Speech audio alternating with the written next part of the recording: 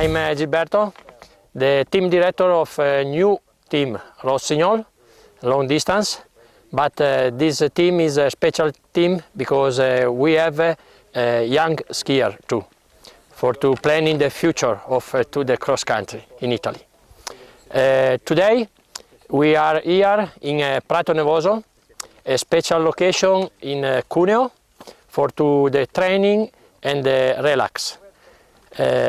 This location, the altitude is 1,600 meters of level of sea, and today I planning to travel here for testing the new structure of the ski with our big suppliers, GAL Sport.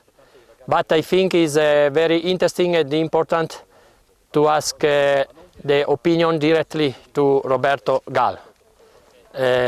See you soon later for a very ski for fun. Bye.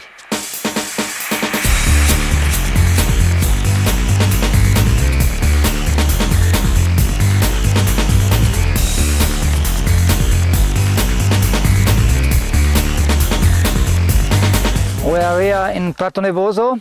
We are very lucky. We have new snow like in Scandinavia. We hope that for Vasaloppet. And we do a training camp in high altitude to keep a good form. And we test some structure can we develop during the winter in the World Cup.